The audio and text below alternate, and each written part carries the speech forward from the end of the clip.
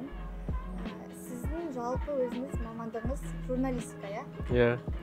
Мен қазуды 2019 жылы бітірдім. Тәмамдадым журналистика факультетін. Қазіргі таңда мен Қазақстан ұлттық арнасында жұмыс істеймін. Иә, айтпағым қазу түлегісіз, иә? Түлегімін, иә. Журналистика мамандығын таңдауыңыздың себебі неде? Журналистика ол менің арманым. Бала күнгі арманым. Мен 4-ші сыныптан бері журналистикаға кететінімді, журналист болатынымды, және де сол салада өзімді көретінімді білдім. 4-ші сыныптан бастап, сенесіз бе, мен кішкентай ғана мектепшілік шараларды жүргізіп, кештерді, концерттерді жүргізіп, өзімді солай таныта бастадым. Мен концерт жүргізсем, кеш жүргізсем, солай өзімді танытатынымды, солай білдім да. Сөйтіп халық арасына, сол мектептің оқушыларының арасында, ұстаздар арасында танымал бола бастадым. Сөйтіп бәрі мені сен ғана жүргізесің концерт, сен ғана кеш жүргізесің деп айта бастады. Маған ол ұнады, елдің ықыласына бөленіп жүрген ұнады, елдің назарында жүрген ұнады. Сөйтіп мен ойладым, егер де мен журналистика таңдайтын болсам, маған журналистика осы нәрсені бере алады деп ойладым да. Сөйтіп журналистикаға сол кезден бастап армандай бастадым түсуді. Сөйтіп Алланың қалауымен 2015 жылы Қазақ ұлттық университетіне түсіп, журналистика факультетін 2019 жылы Алланың қалауымен тәмамдадым. Егер журналист болмасаңыз, қандай маман иесі болар едіңіз? Білмеймін, шыны керек, ол көп қойылатын сұрақ, бірақ мен өзімді журналистикамен ғана байланыстырамын ғой. Бірақ егер де мынандай нәрсе болды да, егер мен журналистикаға грантқа түспейтін болсам, мен басқа салаға кететінін білдім. Менің ойымша, мен филология саласына кететін едім, қазақ тілі әдебиетіне кетіп, сол сала бойынша жұмыс істеп, мен мүмкін қазіргі қазақ тіліндегі қате сөздермен, калька сөздермен күресетін бір адамдардың бірі болатын деп ойлаймын. Филолог болатын деп ойлаймын. Ал филологияны бітіріп журналист болуға көзқарасыңыз? Енді ол қазір мынандай тайталас бар, шыны керек, филологтар мен журналистердің арасында. Филологтар айтады, біз жақсы филолог бола аламыз, жақсы журналист бола аламыз дейді. Журналистер айтады, біз бәрібір де кәсіби маманбыз деп. Әрине, әр адамның талғамы мен таңдауына байланысты ғой негізінде. Бірақ менің айтпағым, әрине, филологияны бітіріп те жақсы маман, жақсы журналист болып жатқандар бар, жасырын емес. Бірақ не дегенмен де өзінің саласымен оққан, сол саланың корифейлерінен, сол саланың мықты мамандарынан тәлім алған, сабақ алған әлдеқайда дұрыс па деп ойлаймын. Сол себепті егер шынымен де журналист болғыңыз келсе, шынымен де сол маман иесі атанғыңыз келсе, онда журналистика факультетіне оқуға түсіп, журналистика таңдағаныңыз дұрыс деп ойлаймын. Бірақ жаңа айттым ғой, жасырын емес, ол филологияны бітіріп те талай біздің қазір танымал журналистер де бар біздің осы арамызда. Осы тұрғыда біздің оқушыларымыздан мынадай сұрақ келді. Еліміздегі жоғары оқу орындары журналистке қажетті толық білім бере ала ма? Мен былай айтар едім. Біздің еліміздегі университеттер журналистика бағыты бойынша оқытатын факультеттер лайықты білім бере алмайды. Ол ақиқат, ол шындық. Бірақ енді су ішкен құдығына түкірме деген сөз бар. Біз ешқандай факультетті, ешқандай университет жамандай алмаймыз. Әр қайсысы өзінің деңгейі бойынша, өзінің саласы бойынша білім береді. Қажетінше білім береді. Бірақ білім алу, тәжірибе алмасу, осы сала бойынша өсіп, өркендеу әрбір студенттің өзінің жеке мойнында деп білемін. Жеке ісі. Яғни, егер сен шынымен де мықты журналист болғың келсе, сен мұғалімдердің берген біліміне ғана сілтеп соларға қарап қоймауың керек. Сен өзіңді дамыт. Курстарға жазыл, ютубта ақтар, интернеттен қара. Өзіңді былай шыққан кезде журналистика бағыты бойынша, осы сала бойынша өзіңді тек университетте беретін білімнен бөлек басқа да ресурстар арқылы біліміңді дамыт. Өзіңді былай шыққан кезде білім қорыңды байытсаң болады деп ойлаймын. Сол себепті әрине университеттің беретін білімі жақсы, өз деңгейінде, бірақ өзіңді дамытуды ұмытпауың керексің. Басқа ресурстар Құдайға шүкір көп, солар арқылы өзіңді жетілдіріп, әрқашанда дамытып отыруға болады. Екінші мәселе жаңағы грантқа түсе алмай қалған оқушылар не істесе болады деп, түлектер, абитуриенттер. Енді не айтамын, журналистикаға былай шыққан кезде, егер грантта оқымасаңыз, былай платный оқып керек жоқ. Енді бұл сөзім біреуге ұнап қалар, біреуге ұнамас, бірақ ол рас.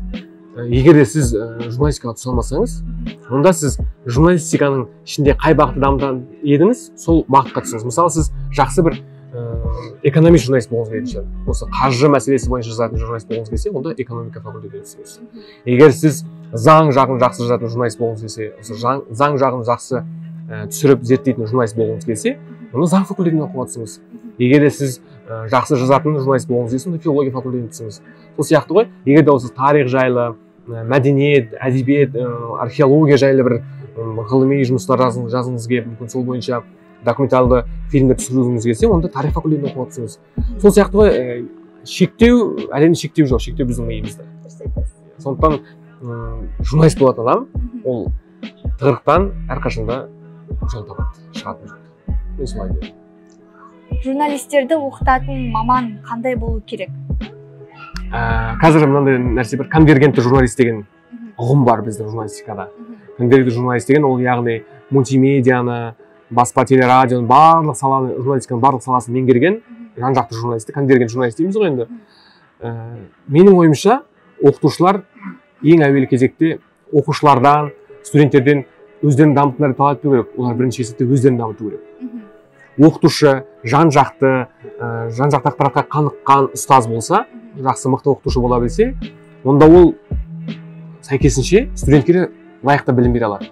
Егер ол оқытушы шетелдік басылымдарды көп оқитын болса, шетелдік телерадио арналарын көріп тыңдайтын болса, солардың тәжірибесін үйреніп келген, тіпті сол жаққа барып та тәжірибе алмасып келген мықты оқытушы болса, онда ол студентке лайықты білім бере алады деп ойлаймын. Біріншіден. Екіншіден, қазіргі таңда SMM, PR деген бағыттары жақсы дамып жатыр.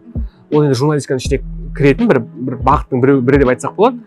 Сол бағыт бойынша жақсы меңгерген. Қазір енді Instagram, TikTok деген жақсы дамып жатыр ғой. Әлеуметтік желілердің қазір заманы былайша айтқан кезде. Қазір егер сіз аудиторияның алғашқы видеоны 10 секундта ұстап қалмасаңыз, ол өте қиын. Міне соны үйрете алатын, соны жақсы түсіндіре алатын мұғалімдер көбірек болса, оқытушыларға біріншіден сабақ алу, білім алу қызығырақ болады. Екіншіден олар мол білімге қаныққан болады деп ойлаймын. Ал енді журналистика факультетінде оқитын студенттерші, олар не істеу керек осы 4 жылдың ішінде?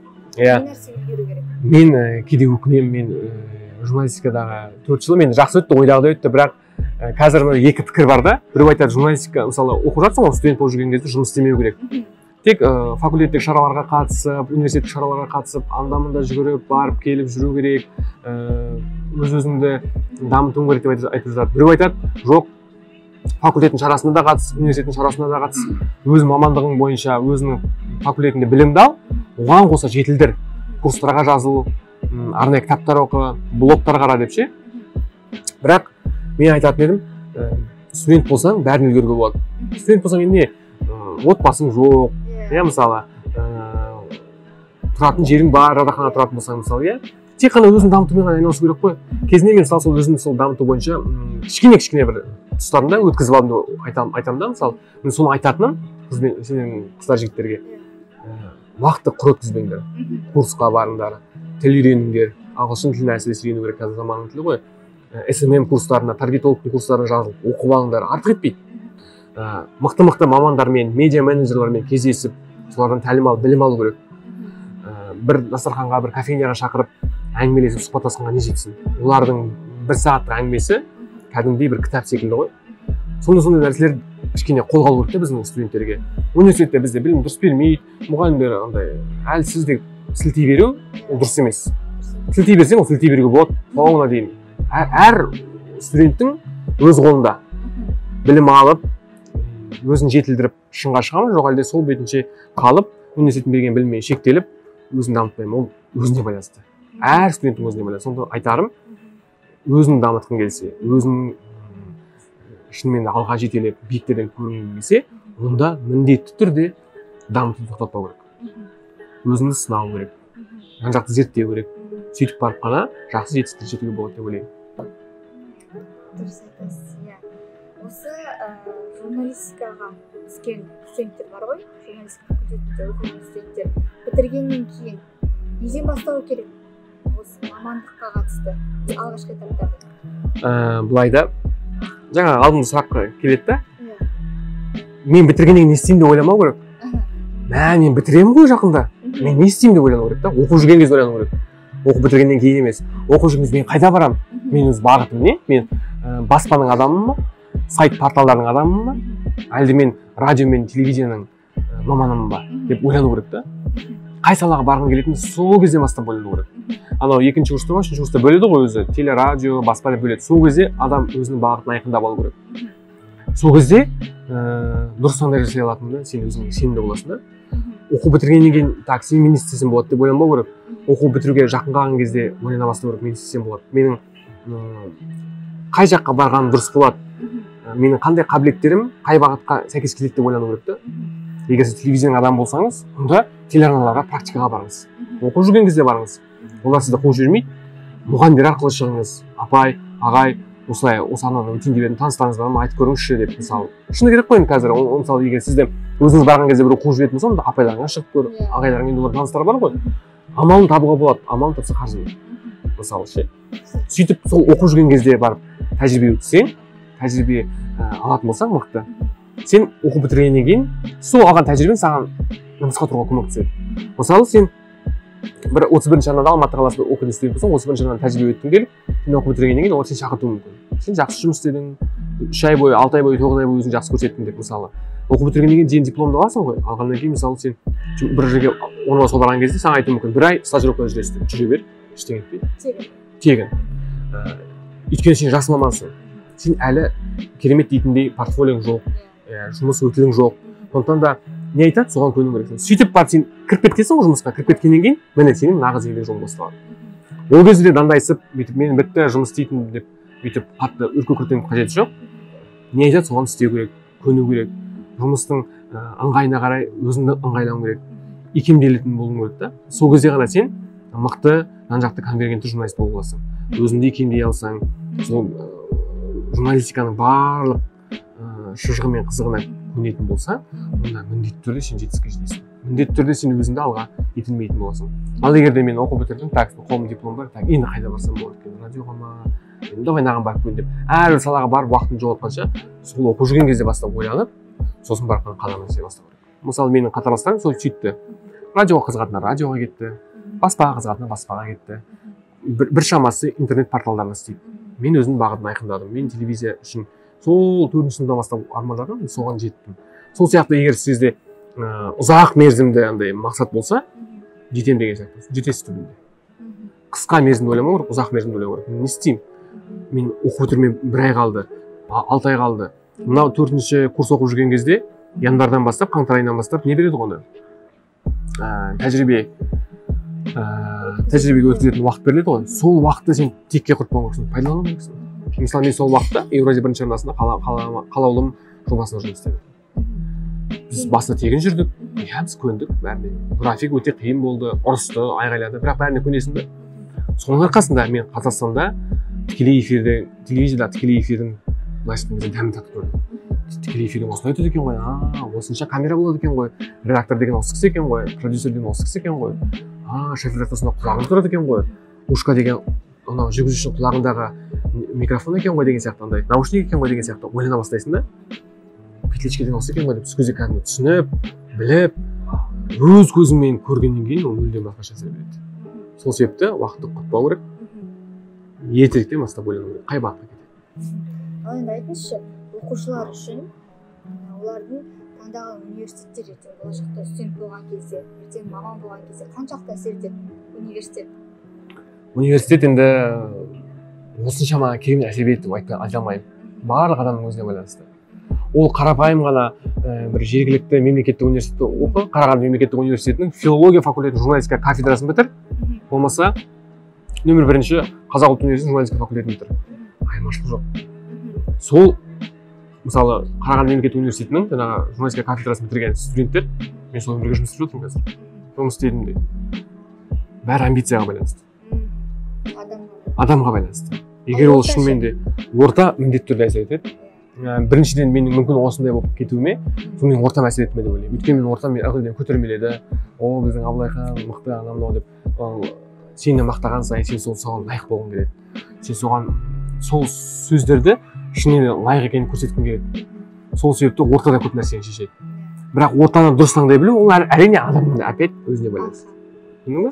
Сондықтан да ортан, мысалы, ұлттық университетте оқып жүріп те жаман ортаға түсіп кететіндер болады, жасыратыны жоқ. Иә, мысалы, ол 1000 жерден журналистика факультеті оқып жатсың, бірақ басқа ортаға ілесіп, солармен кетіп, ақыр соңында саусақ тістеп қалатындар болады. Бармақ тістеп қалатындар, иә, мысалы. ал дұрыс андай дұрыс таңдау жасау білгендер және де ортаны дұрыс таңдағандар ол қателеспейді ешқашан. Ал мынадай да нәрсе бар ғой, негізі мықты орталар көбіне мықты университеттерде көбіне басым ғой енді олар. Өйткені қара, мықты университеттерге кімдер түседі? Әрине алтын белгілер, қызыл аттестаттар, білімі керемет, амбициясы жоғары, мотивациясы мықты оқушылар, әрине олар абитуриент болып мықты университетке түседі. Ал жаңа айтса ол грант болмаса да платныйға түсе салам, әйтеуір бір 3 пен оқығанда енді олар мемлекеттік университетке түсуі мүмкін. Мүмкін. Қазір не болып кетпесін, иә, мүмкін. Бірақ егер сен мықты ортада оқығың келсе, мықтылармен бірге жүргің келсе, онда өзің дамы. Мектеп жасынан бастап 10-11 оқығанда дұрыс таңдау жаса да, сабағын жақсы оқы, ұмытын жақсы тапсыр, жақсы балл жинап түс қалаған университетіне. Бітті. Сөйтіп, бірақ ол андай мәселе да, ұлттық университетте де андай осал студенттер болады, жасыратын жоқ. 5 саусақ бірдей емес. Сонда да адамның өзіне байланысты. Дұрыс орта таңдай білу, дұрыс адамдармен бірге жүру. Өйткені маған өзімнің ортамның жақсы болуы, я өзіміздің ортаның жақсы болуы, дұрыс болуы маған қатты әсер етеді. Менің дамуыма, менің ерекше болуыма. Енді осы студент шағыңыз жайында айтып беріңізші. Қандай студент болдыңыз, қандай? Мен енді белсенді студент болдым. Университеттің барлық шарасына, университеттің ішкі сыртқы шараларына қатысатын сондай белсенді журналист болдым, белсенді студент болдым. Және де факультеттің ішкі шараларына да қатысатынмын. Жалпы ғылыми жұмыстарға да қатысатынмын. Өзім жан-жақтан сынай берген жақсы көретінмін. Сөйтіп шығар енді мен мұғалімдердің көзіне түсіп, деканның көзіне түсіп, олар ұнатқаны мүмкін содан болар. Өйткені мен белсенді болдым, шынымен кейден жасырмаймыз. Парлардан салып кететін кезіміз олар, енді мысалы, былай қанға жарайды деп мысалы, сабақтан жібере салар, босатып салады мысалы ше. Оның барлығы сенің өзінің жаңағындай университетте көрсеткен нәтижелерің, жеткен жетістіктерің арқасы деп білемін. Сонда бір мен андайда сабақтан қалмауға тырысатынмын, бірақ сабақтан қалған да кездерім болды. Ұйықтап қалған кездерім болды. Жасырмаймын, енді әр студентте болды ғой. Ұйықтап қалған, сабақтан қалған, бармай қалған кездер болды. Тіпті әдейі бармаған кездер де болды кейде. Бірақ енді оның бәрі өтті. Максимализм болды ма, жоқ әлде кейде өзімді бір андай қойып бармай қойсам ештеңе етпейтін шығар, қоя салады ғой деген ойлар кетеді. Енді ол жасыратын жоқ. Керемет мықты прям паинька студент, сондай бір батан болдым деп айта алмаймын. Бірақ бүкіл жұмыстарына белсенді атсалысып, қатысып, ғылыми жұмыстармен айналысып, өзімнің жан-жақты көрсете білдім деп айта аламын. Сонда мен мұғалімдерді тыңдайтын, мұғалімдерге мойынсұнатын жақсы алғыр студент болдым деп айта аламын. Осы журналистикаға алғашқы қадам, алғашқы жолыңыздан бастап айтсаңыз, неден бастадыңыз, қалай бастадыңыз? Мен журналистикаға алғаш келуім анау Айба жастар журналы бар. Алматыда шығатын Аида деген қыз бас редактор болды. Ол жастар журналы, Айба деген. Өзі айына бір рет шығады, сондай соған мақала жазатын. Мақала болғанда жұлдыздың балалары жайлы, жұлдыздар жайлы, өмір жайлы бір не жазасың, шағын ғана кішкентай мәтін жазып соны бересің, соған мәзсің. Ұзақ істеген жоқпын осы жерде. Жұмыс істедім деп айта алмаймын, ол тәжірибе алаңы болып деп айтсам болады. Одан өзіміздің университеттегі Әл-Фараби радиосы, телеарнасында жұмыс істедім. Кәдімгідей еңбектеніп, универсиададан кәдімгідей біз барып, сюжет түсіріп, документальный фильмдер түсіреміз. Қызық болатын. Одан кейін мен алғаш рет штаттық қызметкер ретінде Нұр-Кезет республикалық ақпараттық порталына жұмысқа орналастым. Мен үшін ол үлкен тәжірибе алаңы болды. Мен сол кезден бастап тақырыпты қалай айғайлатып қою керек, аудиторияны бір оқыған кезде қалай назарын аударта білу керек деген нәрселердің фишкаларын үйрендім сол жерде. Ол жерде редактор болдым, жаңалықтар шығаратын, күніне 23, 22, 20 жаңалықтай шығарасың күніне. Демалыс күндері кезекші боласың, таңнан кешке дейін жаңалық саласың. Ол маған үлкен бір, мен сол алғаш рет WordPress деген жаңағындай сайт салатын арнайы қосымшамен жұмыс істеуді үйрендім. Енді оның берері көп болды. Одан кейін мен Алматы телеарнасында Эльмира деген бас продюсердің қарамағында жұмыс істедім. Таңғы студия деген бағдарламада ол жерде сюжет түсірдік біз. Ол жерде ұзақ уақыт істеген жоқпын. Өйткені ол оқумен қатар алып жүрдік, кейде қиын болды, мойындау керек. Одан кейін мен Еуразия бірінші арнасында Қала ұлым деген реалити шоу Қазақстанда ең ғана шоу жатқан кезде сол кезде редактор болып жұмыс істедім. Қонақ бойынша қонақ шақырамыз, әншілер шақырамыз. Жалпы сол отымен кіріп күлімен шығатын едік қой. Сол бағдарламаны сол жерде жұмыс істедім. Тәжірибе алдым көп деген ақпарат алдым, білім алдым десем болады сол жерде. Тікелей эфирдің қалай өтетінін түсіндім. Одан кейін мен оқу бітіргеннен кейін магистратураға түспеймін, кемінде 2 жыл жұмыс істеймін деп арман қолап Астанаға кеттім. Астанаға келдім. Қазақстан ұлттық арнасында ниет деген әлеуметтік ток-шоу ашылды, 2 сағаттық тікелей эфирде шығардым. Жүргізушісі Гүлназ Әлімгерей. Сол бағдарламаға редактор қызметке орналастым. Кәдімгідей штаттық түрде. Одан кейін мен 1,5 айдан кейін басшылық мені байқатты, мені шеф-редактор қылды. Ойлаңызшы, оқуды енді ғана бітіріп келген, 4-ші курстың студенті болып, енді ғана мені аяқтап, арада бір 4 ай өткеннен кейін, оқу бітіргеннен 4 ай өткеннен кейін мен қараша айының басында мен шеф-редактор болдым. Шеф-редактор деген сөз, сен өзіңнен жасы үлкен, тәжірибесі мол қызметкерлердің үстінен қарайсың. Яғни, солардың мәтінін тексересің, сценарий жазасың, толықтай 2 сағаттық тікелей эфирде өтіп бағдарламаны сценарий жазасың. Журналистердің жұмысын, олардың сюжетін тексересің. Одан кейін жүргізушінің құлағында отырасың 2 сағат бойы. Қай кейіпкердің шығатынын, кім келетінін, кім кететінін барлығын айтып түсіндіресің. Міне соның барлығын мен өзімнің мойныма алдым. Сол кезде максимализм ба, әлде өзіме деген сенімділік пе, амбициям білмеймін. Бірақ мен жұмысты ойдағыдай алып шықтым. Үлгердім бәріне. Мен тіпті оны мақтағаным емес, бірақ оны мен білемін, өйткені маған басшылық қатты риза болатын. Мен сол кезде өзіме деген сенімділік мықты болды деп ойлаймын. Сонша жасы үлкен, сонша тәжірибесі мол журналистердің жұмысын бақылап, зерттеп, кем-кетігін айтып сөйтетінмін. Ол енді біріншіден менің мүмкін жақсы жазалатындығым да шығар. Мәтінді жақсы жазалсаң, негізі мен айттым ғой, өзің оқушыларыңа айтып ет, жақсы жазалатын журналист, ол кез келген жерден тесіп шығады. Ол қағида. Сондықтан да сөйтіп мен жұмыс істедім, одан шеф-редактор болып жұмыс істедім. 2020 жылы пандемия басталғанға дейін біз жұмыс істедік. Одан кейін пандемия басталғаннан кейін арада үзіліс болды да, мен хабар телеарнасына ауысып, еліміздегі бірегей жоба осы пандемияның мүмкін кесірінен, мүмкін арқасында дейікші, пайда болған телесабақ үлкен жоба болды. Балапан телеарнасына, еларна телеарнасына көрсетілді. Телесабақ ол біз мұғалімдердің кем-кетігін түзеп, солардың сабағын түсіретінбіз. Бүкіл қазақстандық оқушыларға онлайн форматта біз телесабақтар түсірдік. Одан кейін мен хабар арнасында бүгін деген ток-шоуда жұмыс істедім. Сценарий авторы болдым, қонақ редактор болдым. Бұл жерде тоже жақсы тақырыптар көтердік, жақсы мәселелер қозғалды. Одан кейін мен ол бағдарламадан кейін қосалқы істеп жүрдім. Одан Астана телеарнасы шақырту келді. Телесабақ бітті, хабар арнасында жүрмін. Бүгін ток-шоуын одан кейін осы айтарым бар деген әлеуметтік жобаға шақырту келді. Сол жерге шеф-редактор болып орналастым, жұмыс істедім. Мінекей жақында ғана мен 3 күн ба 4 күн болды ол жағына ауысып ұлттық арнаға келіп жатырмын. Ұлттық арнаның диджитал деген бөлімі бар. Сол бөлімнің YouTube бағыты бойынша мен жүргізушісі болып, қазір осы ұлттық арнаның өнімдерін насихаттау, соларды дамыту мақсатында, ел арасында кеңінен тарату мақсатында осылай сұхбаттар түсіреміз, подкаст түсіреміз, жалпы бэкстейджер, көптеген қызықты материалдар дайындаймыз. Ал енді өзіңіздің жас әріптестеріңіз бар ғой, дәл сіз секілді бітірді, бірақ әлі қандай орын таба алмай жүрген журналистер бар. Тек қана журналистер емес, мұғалімдікті, филологияны таңдап жүрген. Ол кісілерге нендей бір достық кеңес айтар едіңіз?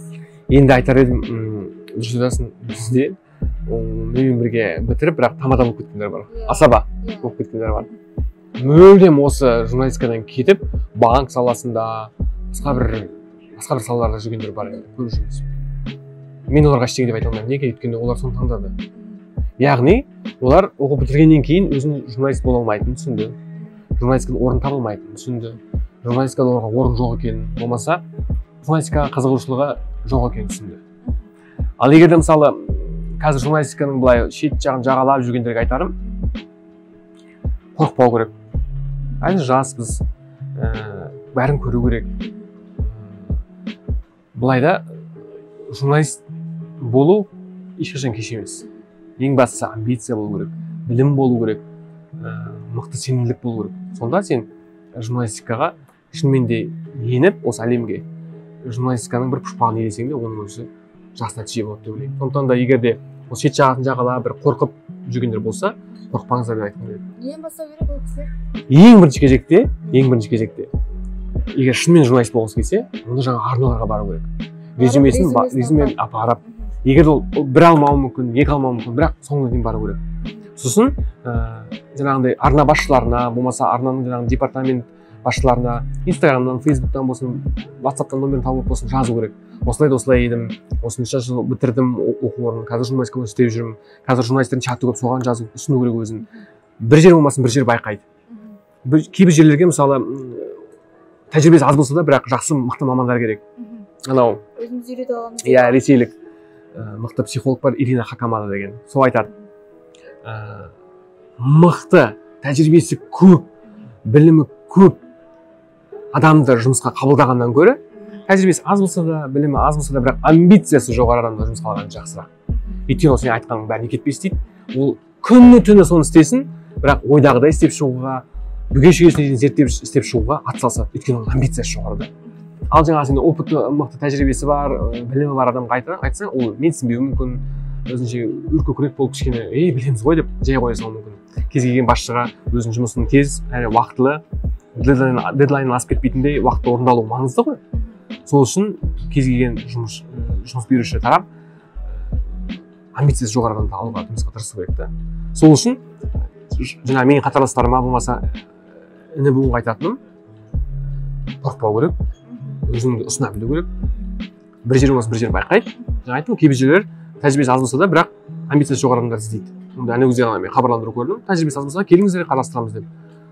Жай ғана администратор болып бастасаң да, қонақ бойынша шақыратын редактор болып бастасаң да, бірақ бастау керек та, әйтеуір кіріп кету керек. Сөйтіп жай ғана өсесің, өзің көрсете бастайсың. Кезінде мен де сөйттім. Сол үшін қорықпау керек, алға ғана баса керек. Оның айлығы көтеріліп жатыр дейді, ал бірақ негізі сен жан қалауы деген нәрсе де бар да іштегі. Сол оқушыларға не дейсіз? Былайда ата-ананы тыңдаған дұрыс. Иә, ата-ананы тыңдау керек. Ата-ана енді ол сенің ата-анаң, иә. Бірақ менің ата-анам маған ешқашанда менің таңдауыма қарсы келіп көрмеген. Осы уақытқа дейін бір рет те болсын. Мен оқушы жүрген кезде Мәскеуге бардым. Сол кезде мен айттым, мен Мәскеуге барғым керек, бұл жолда қорғағым керек, бірақ ақша төлемейді. Әкімдік те, облыстық білім басқармасы да өзіміз шығамыз деген. Жақсы, давай. Тек қана алға төлейміз деп. Сондай ата-ана болу керек та. Ата-ана деген баланың қалауын біліп тұру керек. Баланың ниетінің қандай екенін, сосын қай салаға жақын екенін біліп тұру керек та. Арманы не екенін.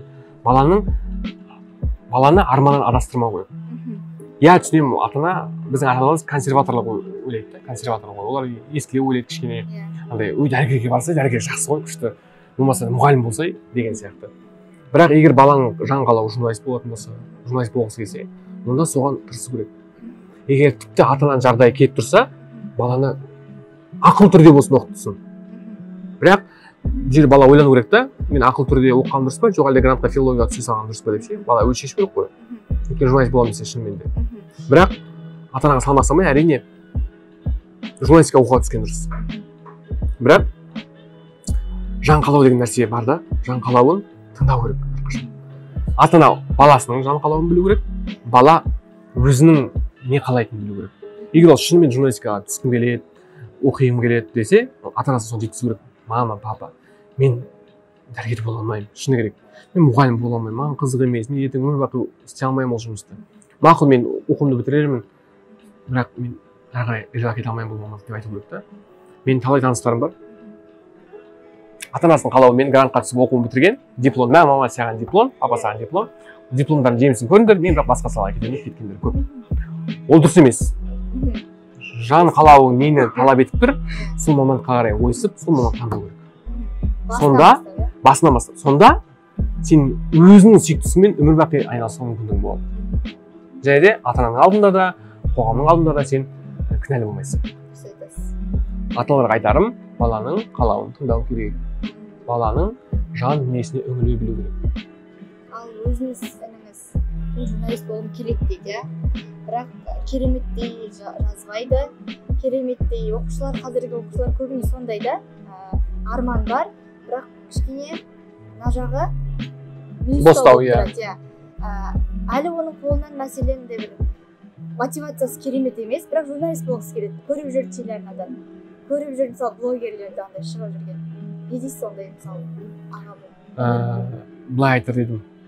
Егер шынымен журналист болғысы келсе, ол енді мықты жазбай ақ қойсын, мықты сөйлемей ақ қойсын. бірақ ниет бар ғой. Ниет бар ең бастысы. Ол журналист болғысы келеді. Оның қалауы сол. Кім біледі, ертең ол мүмкін болашақта мықты тележүргізуші болып кетер, мықты диктор болып кетер, мықты журналист болып кетер, мысалы, мықты редактор болар. Сондықтан жаңа нәрсе ғой, ниет болса, бәрі болады. Ниетің дұрыс болса, шынымен де сол мамандықты жақсы көріп тұрсаң, саған ештеңе керек болмау керек. Алға. Ата-анаңды көндіру керек, мен осы мамандық бойынша оқуым келеді, осы мамандықты бітіремін, және журналист боламын деп. Өйткені сен мысалы енді дұрыс жаза алмасаң, оқисың, үйренесің, бәрін түзеуге болады қазір. Бәрін оқып біліп алуға болады. Сондықтан ниетті түзеу керек, және де өзінің нені қалайтыныңды біліп алу керек. Сонда мықты жетістікке. Ал енді журналистиканы таңдағысы келетін оқушыларға негізі айтыңызшы, олар андай бірден топ етіп диктор болғысы келеді. Ол нәрсенің олай болмайтынын, сіз кәсіби журналист ретінде осыншалықты этаптан өтіп келдіңіз ғой мәселен осыған дейін. Иә, бала кезде менде де болды арман, тележүргізуші болсам, болды, диктор боламын, бүйтіп болсам жаңалық оқимын деп. Иә, ол болды. Ол арман бәрінде бар. Бірақ журналистикаға келгеннен кейін, кадр сыртындағы өмірді көргеннен кейін, шынымен де диктор болу ол тартпай қалады. Сосын деп түсінесің. Арман емес екен ғой деп. Ең әуелі сен егер шынымен де мықты тележүргізуші диктор болғың келсе, топ етіп сен бола алмайсың. Оны ешкім саған болғызып қоймайды. Сен көптеген этаптан өтесің. Қарапайым диктордан бастап, қарапайым журналисттен бастап, редактордан бастап, сен сатылай көтерілуің керек. Кадр сыртындағы өмірде, жаңалықтар студиясының сыртындағы өмірде, ток-шоу болсын, реалити-шоу болсын, соның сыртындағы өмірде көріп, сезініп, жұмыс істеп қана сен өзіңе біраз тәжірибе жинайсың. Сол тәжірибе жинақтағаннан кейін ғана барып, сен диктор болмаса тележүргізуші бола аласың. Егер сен мақсат қоя білсең әрине. Мысалы, кейбір адамдар болады, мықты жазады, кадр сыртында бәленбай жыл тәжірибесі бар, бірақ олар болғысы келмейді. Болмай ақ қойсын. Оларға комфортно. Өйткені олар тележүргізушіден де көп ақша табады. Қайтеді ол тележүргізуші болып, мысалы, ол экранға шыққан ұнатпайды, популизмді ұнатпайды, халықтың алдына шыққан ұнатпайды. Оған сол кадр сыртында өмір сүріп, кейіпкердің тағдырымен, аудиторияға басқа бірдеңе жеткізгісі келеді, мысалы, сценарий жазып, қол өткізгісі келеді. Оларға солай ұнайды. Бір адамдар болады, әдейі кадр сыртында біраз тәжірибе жинап алады да, сөйтіп барып экранға шығады. Бір адамдар болады, керісінше бірден экранға шыққысы келеді. Ол дұрыс емес, ол мүмкін емес те. Өйткені сен бірден ешкім әкеп қоймайды диктор қылып. Егер сен жоқ, мен кадр сыртындағы тәжірибені алғым келмейді, жүргім келмейді, уақыт құртып бірден мен жүргім келеді десең, онда тележүргізушілер дикторларға жазды, үйренгің келеді, солардың курсына қатыс, солардың жанында жүр, сол жаңалықтар студиясында күні түні қон, сол жерде білім ал, тәжірибе алмас, сөйтіп барып қана көтерілесің. Бірден топ ете қалу мүмкін емес. Осы журналистиканы университетте оқумен маман болудың арасындағы айырмашылықтар жер мен көктей бар әрине. Бірақ енді соның несін сатысын айтып өтіңізші. Журналистикада оқу ма? Иә. Енді журналистикада оқып жатқан студент, ол енді әрине әлі студент. Ол білім алып жатқан азамат. Білім алу процесіндегі азаматтар. Ол әлі жетілмеген, білім алып жатқан болашақ маман дейікші. Енді әрине сіз телевизияда болмаса, журналистикада қызмет етіп жатқан, жұмыс істеп жатқан маманмен студент салыстыра алмайсыз. Бірақ кезінде біз оқып жүрген кезде, студент болып жүрген кезде менің досым радиода жұмыс істеді. Сол кездегі оның радиодағы сөйлеу мәнерін, сол кездегі оның радиодағы жазбаларын тыңдасаң, қазіргімен салыстыруға келмейді. Иә, ол студент болып жұмыс істеді радиода. Күн сайын ақпарат таратты, иә. Бірақ қазіргі диктасы мен сол кездегі диктасын салыстыруға келмейді. Неге? Өйткені тәжірибе. Одан бері біраз уақыт өтті, ол біраз тәжірибе жинады. Кез келген дәреже тәжірибемен келеді. Сен егер мықты деңгейге көтерілгің келсе, онда сен тәжірибе алмасың. Сондықтан да студент болып жұмыс істеу әрине болады, студент болып жұмыс істеуге болады, мықты мамандардан тәлім алуға болады. Бірақ бәрібір де сен осы телевизияның, осы журналистиканың қазанында қайнаған маманмен салыстыруға келмейді. Өйткені оның барлығы сол мықты маман деңгейіне жету үшін сен біраз этаптан өтуің керексің, біраз дүниені көруің керексің. сонымен журналист болу үшін журналистиканы оқудың қажеттілігі бар, 50-50 дедіңіз. Иә, қажеттілігі бар, әрине енді оқыған дұрыс қой, өйткені негіздері бәрібір журналистика факультетіне қаланады ғой. Журналистика факультетінде болашақ маманның журналист болуына септігін тигізетін факторлар көп. Мұғалімдер саған мотивация беруі мүмкін, басқа да бір білім аласың, сол орта саған әсер етеді. Енді сен енді экономистердің ортасында сен мықты журналист болып қалыптасуың екіталай. Қиындау болады, егер амбицияң жоғары болса, өзіңе қойған сенімдігің мықты болса. Бірақ дегенмен, егер журналист болғың келсе, журналистика факультетінде оқып, сол факультеттің білімін алып, сол қазанына қайнап, сол ортамен бірге өсіп, қоғамға сіңген дұрысырақ деп айтар едім. Мәселен, оқушы ретінде өзімді қояйын, осы сізден оқушы сұрайтын болсам, журналист болу үшін не істеуім керек деп айтамын, мысалы. Оқушымын, не істеуім керек журналист болу үшін? Журналист болу үшін, болашақта журналист болғым келеді, мысалы, оқушысың, мен ең алдымен айтатын едім, уақытты құр жоғалтпа. Уақыт деген ол алтын нәрсе. Сен одан да қазір болашақта қазір оқушы болып жүрсең, болашақта қандай салаға кететінін білмейсің. Өйткені сен әлі студент болып көрмегенсің, әлі журналистика факультетіне түсіп оқып көрмегенсің деген сияқты. Сен газет оқы, журнал оқы, әдеби кітаптар оқы, сосын радио хабарлардың да, телебағдарламаларды көр. Яғни журналистиканың барлық ауқымын қамтып. Сонымен қатар Инстаграмда жаңалықтар порталдарына тіркеліп ал, сайттарды қарап отыру арасында шоу қалай жазады екен, анонс деген не телеэкраннан көрсетеді, бәрін жай-жайлап үйрене беру керек та. Сөйтіп сенде кішкене бір түсінік қалыптасады журналистика жайлы. Ол бір. Екіншіден, көп оқу керек, көп жазу керек. Газеттерге көп жазу керек, журналға көп жазу керек, сосын көп оқу керек. Жақсы сөз саптай алатын, жақсы жаза алатын, жақсы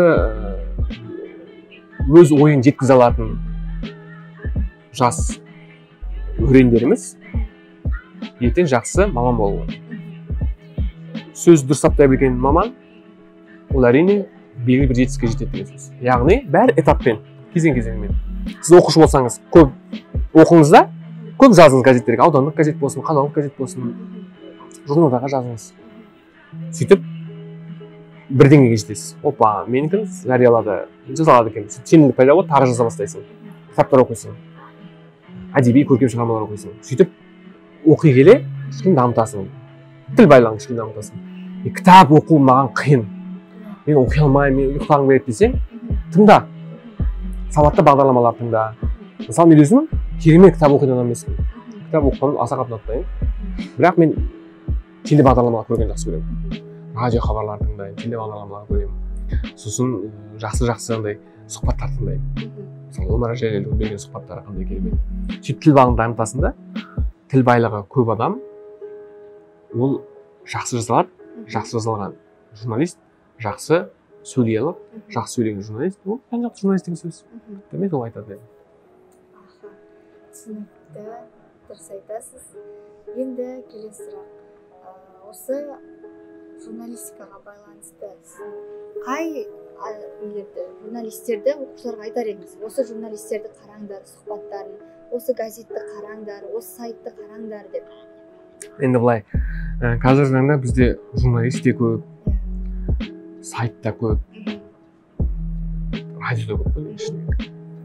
Енді мына журналистті қара, мына журналистті қарама деп айту дұрыс емес. Себебі әркімнің өз кумирі бар, әркім ұнататын журналисті бар. Біреуге Нұрбек Бекбау сияқты документальный жасайтын, талдап беретін журналистер ұнайды. Біреуге Еркін Съезұлы сияқты әлеуметтік мәселелерді жақсы көтеретін мәселе бағдарламасында журналистер ұнайды. Біреуге мысалы Ләйла Сұлтанқызы сияқты тележүргізуші бола жүріп, медиа менеджер атанып, жақсы сұхбат алатын маман ұнайды. Біреуге осы сұхбат жанры демекші, біреуге мысалы Әйгерім Сейфолла ұнайды. Жақсы сұхбат алып, өзінің респонденттің ішіндегі жан десін суырып тұрып сыртқа шығара алатын ұнайды. Сол секілді әркімнің өз айдалы бар дейді ғой, идеалы болады. Бірақ мына журналисті тыңда, мына журналисті тыңдамай айта алмайды. Ол біріншіден. Екіншіден, маған өзімде сұхбат жанры ұнайды. Мен сұхбаттасқанды жақсы көремін адамдармен. Өйткені ол мен сонау Евразия каналынан бері қалыптасып жатқан дүние. Мен адамдармен сұхбаттаса келе, олардың ішкі жан дүниесіне үңіліп солардың историясын біліп алып сол арқылы жақсы хабар шығарғанды ұнатамын. Ол енді әлеуметтік ток-шоуларда, әлеуметтік тележобада жұмыс істегеннен кейін де шығар мүмкін сондай не қалыптасты менде. Сондықтан да мына журналистті оқы, мына журналистті қарамай деп айта алмаймын, бірақ өзінің қалауың бойынша, мысалы сен сұхбат жанрында күшті бір журналист болғың келсе, Аман Тасқанды көр, Ләйлә Сұлтанқызын көр. Егер сен мықты радио журналист болғың келсе, радио жүргізуші болғың келсе, онда Әсел Ергешқызы сияқты мықты радио жүргізушілер болды ғой кезінде, солардың хабарларын тыңдау керек. Мысалы Гүлнұр Омарханқызы сияқты. Егер де сен жақсы жазғың келсе, онда Мейірім Бақытжанова деген жас қыз бар. Айқында істейді, Айқынның сайтына мақалалар салып тұрады. Айза Жолдасова деген мықты қыздар бар. Олар бәрі менің достарым. Мен неге оларды айтып отырмын, мен неге үлкен буды айтпай отырмын. Өйткені олар мынау жастардың тілінде кішкене былай жастар түсінетіндей етіп жазады да. Ол қызық. Оқығанда да приятно, көрген кезде приятно мысалы ше. Сол себепті Айқын, Түркістан сияқты газеттерді оқы, Егемен Қазақстан оқы деп мен ешкімге айта алмаймын. Әркімнің таңдауы әртүрлі. Біреуге сондай мемлекеттік, сондай ресми газеттер ұнайды, иә мысалы. Біреуге басқаша деген секілді. Мына журналды оқы, мына журналды оқыма деп тоже айта алмаймын. Әркімнің өз таңдауы, өз қалауы. Бірақ егер сен жақсы журналист болсаң, сен бәрінде оқуың керексің, бәріне салыстыруың керексің. Мен мысалы Стан газеті де оқимын, Нұр газеті де оқимын деген сияқты. Бірақ сонымен қатар мен Айқынның да сайтын жаңалықтарын тыңдаймын, бәрі-бәрінің сайтын көремін. Мысалы ше.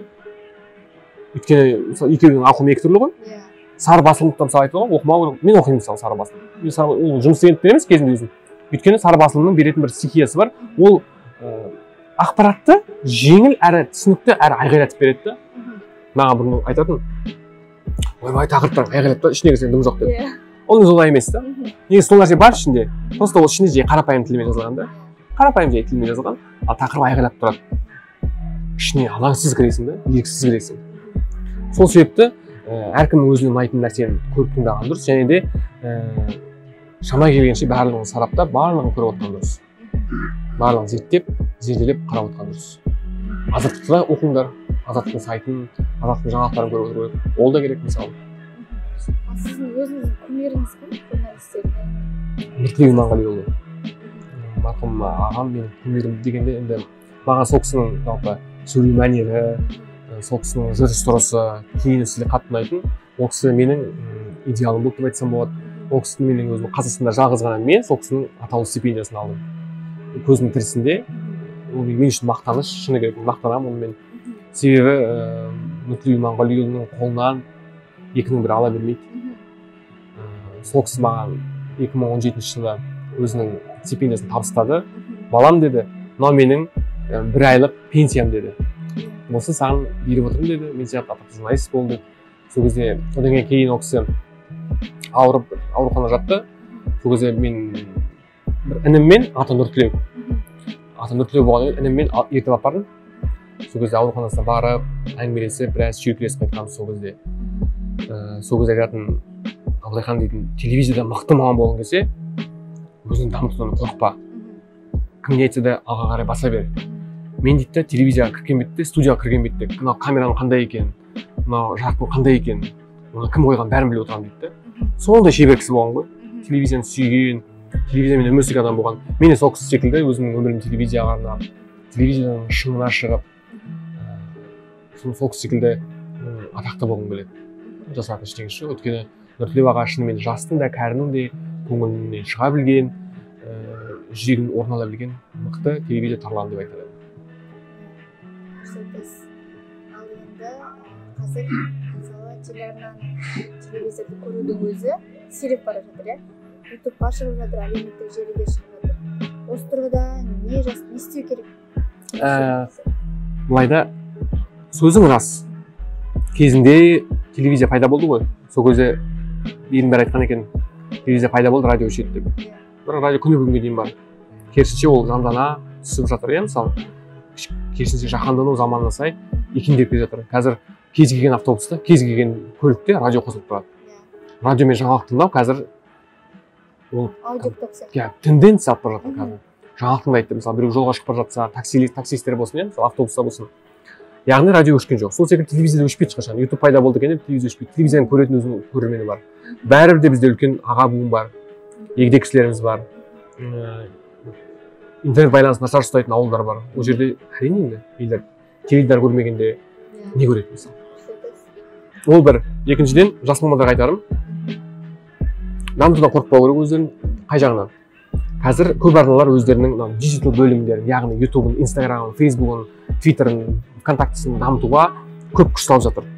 Соның ауқымын кеңейту, подписчиктердің санын арттыру, комментарий көбейту. Неге? Өйткені бәрібір де телеэкранға шыққан өнім бәрібір ютубқа түседі.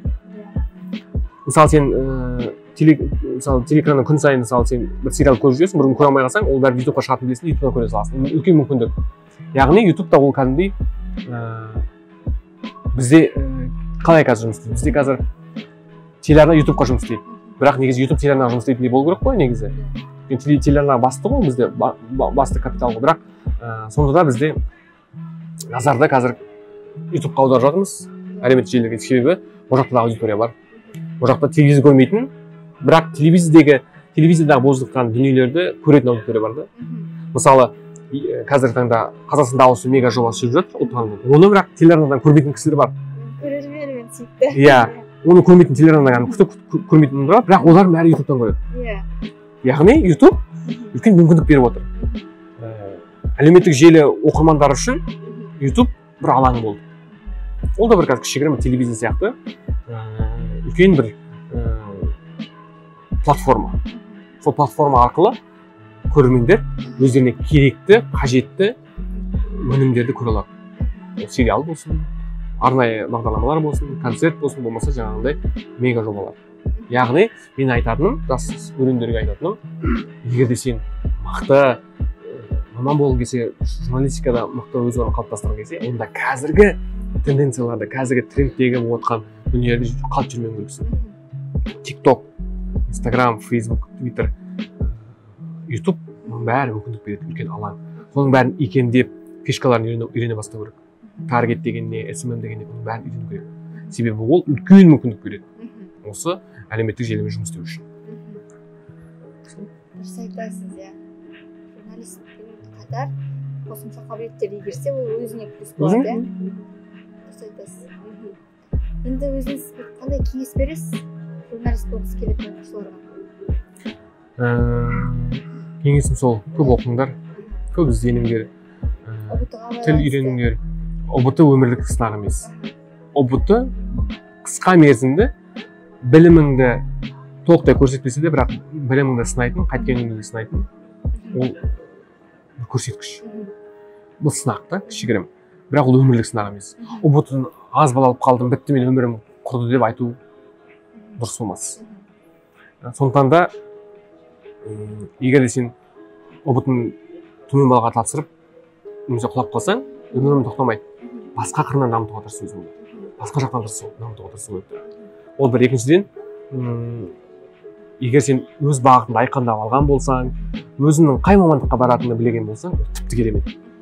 Сол арқылы сен өзіңді мықты екенін көрсетесің. Қай жағынан? ұбт-тан тапсырасың, қажетті балыңды жинайсың, оқуларыңа түсесің, соның жақсы оқып, бағана мен айтқан фишкаларды меңгеріп, яғни өзің зерттеп, зерделеп дамытасың, сөйтіп қалаған жұмысқа орналасасың. Яғни бәрі қаратсың этап-этапымен, кезең-кезеңімен. Сол кезеңнен сүрінбей өткен адам ғана жақсы жетістікке жете алады.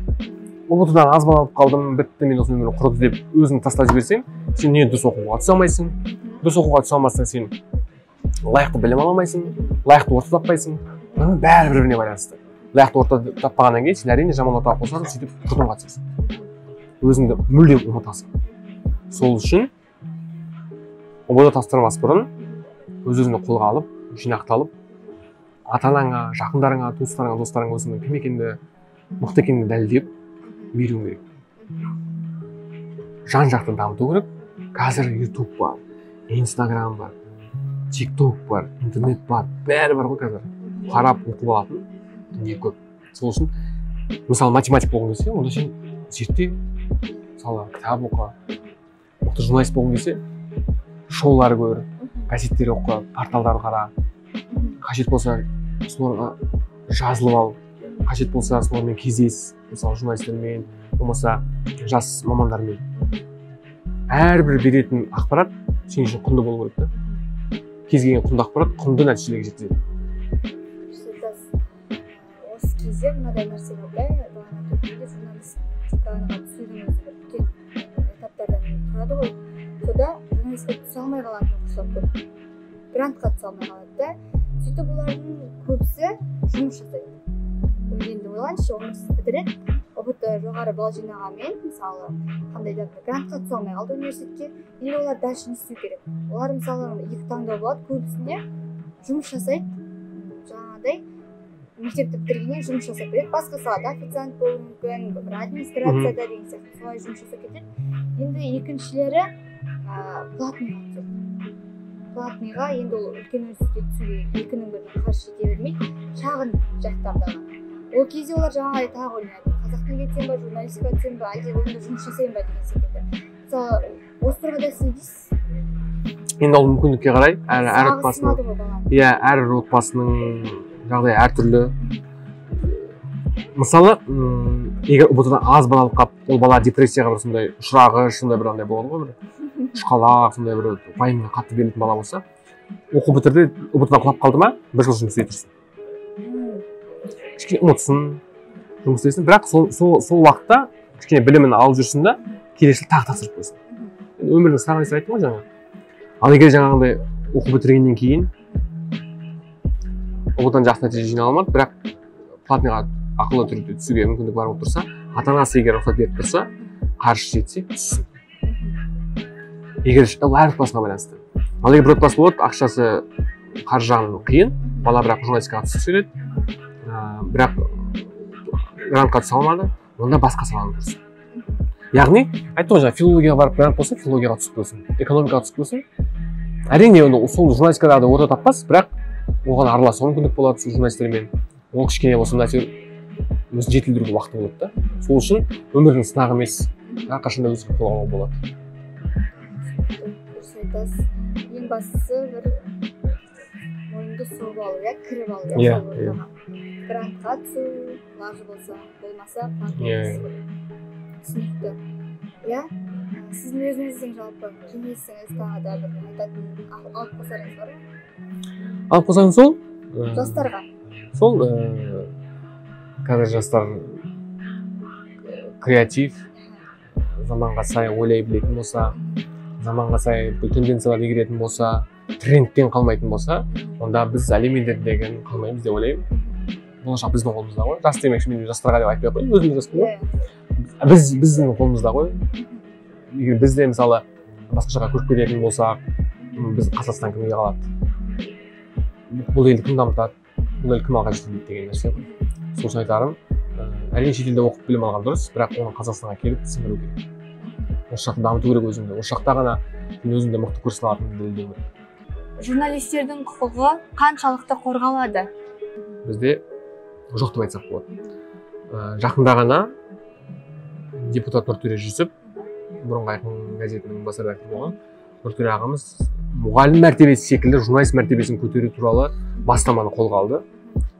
Оны қолдады, көп журналистер қолдады. Неге? Өйткені журналистер езгіге ұшырайды, қуғынға ұшырайды, журналистерді елемейді, ескермейді. Журналистердің мысалы мемлекеттік бағдарламаға қатысу жағы қиын, баспана алу жағы қиын. Мұғалім де қоғамның, журналист те қоғамның бір мүшесі да. Журналист та бұқара мен биліктің арасындағы алтын көпір. Бұқараның осал тұстарын, кем-кетігін билікке жеткізіп, соның оңтайлы шешуіне септігін тигізетін бірден бір маман ғой. Сол үшін журналистердің құқығы қорғалғаны ол қоғам үшін тиімді де. Соны ескерген осы Нұртөре Жүсіп ағамыз осы бастаманы қолға алды. Әрі енді ол егер біздің билікпен құпталатын болса, нұр үстіне нұр болады деп ойлаймын. Өйткені журналистердің мәртебесі бір көтеріліп, бір марқайып қалады деп ойлаймын. Журналистердің мәртебесі сол бізге қажет болып тұр, журналистердің құқығы бірақ қорғалған. Қорғалған десе, ал жалақы жағынан не дейсіз? Енді ол былай да, жалақы жағы әр жерде әртүрлі ғой. Кейбір мысалы аутсорс компаниялар, жеке продакшндар, олар жақсы төлеуі мүмкін. Өйткені өз қаржылары өзінде, өз бюджеттері өзінде, ал үлкен корпорацияда істейтіндер, мысалы агенттіктерде істейтін үлкен белді телеарналар істейтіндердің жалақысы енді керемет болмауы мүмкін, бірақ иә күнкөріске жетеді әйтеуір. Өз-өзін тағы дамытса, тағы да бір қосымша проекттер шығып жатса, жұмыс істеуге мүмкіндігі болады да. Баспада істейтіндердің жалақысы жақсы болады мысалы. Енді айтып тұрмын ғой, ол әр адамның өзіне байланысты. Өзінің біліктілігіне, өзінің көрсеткен нәтижесіне, өзінің атақ абыройына деген секілді. Егер де ол шынымен өзімен жұмыс істейтін мықты маман болса, оған мықты жалақы ұсынылады. Дұрыс айтасыз, иә. Шектеу жоқ, иә? Шектеу біздің миымызда. Дұрыс айтасыз. Сол оқушылардың негізгі сұрақтарын қойдым. Ол кісілер әлі жазып жатқан шығар негізінде. Ең басты сұрақтарды. Мен де сол журналистикаға барғым келіп, бірақ саналы түрде филологияны таңдаған адамдардың бірімін ғой. Көрдің бе, сен бәрібір де мысалы мен қазір сұхбат алып отырсың. Яғни сен қазір журналистиканың бір жанры, сұхбат жанрының мысалы қазір игеріп жатқан жанр ретінде менің алдымда кәдімгідей респондентіме сұрақтар қойып алып отырсың, иә. Әрине бәрібір жақсы болып кетпейді. Сен мысалы филологияға түстің, сен журналистикаға алыстап кеткен жоқсың бірақ. Осы қазанда жүрсің. Сондықтан да сәттілік тілеймін саған да, оқушыларыңа да.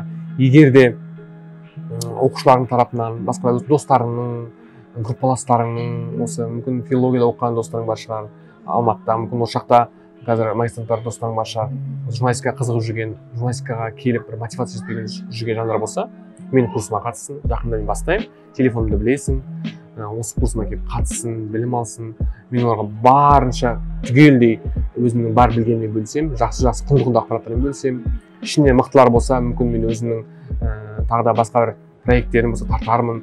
Сондықтан мүмкіндік көп қазіргі таңда. Сол үшін көру керек, білу керек. Бұл менің алғашқы курсым болғаннан кейін мен барын салуға тырысамын. Бар білгенімді, жиған тергенімді бөлсем. Сондықтан да жай ғана мен сөзбен емес, практика жүзінде барлығын көрсетемін. Егер де ниет танытқандар болса қатыссын, келсін, оқушыларым болса, сәттілік тілеймін, тек алға баса беріңдер. Сосын Құдай қаласа, осылай жақсы жетістікке жетсе, студенттер болса, оқушылар болса, айтарсың осылай сіздің көмегіңіз тиіпті, әйтеуір ішінде біреулер табылды, журналистикаға шынымен қызыққандар деп. Казгуден өз күшіңізбен көтеріліп, осынша жетістікке жетіп отырған Қазақстан арнасында жас болып, сол жастардың бірі сіз шығарсыз, ең жастардың бірі. Иә, ол сөзсіз. Сол, сіз жетістікке жете бердіңіз. Рахмет. Көп рахмет. Рахмет саған. Сәттілік. Сізге де.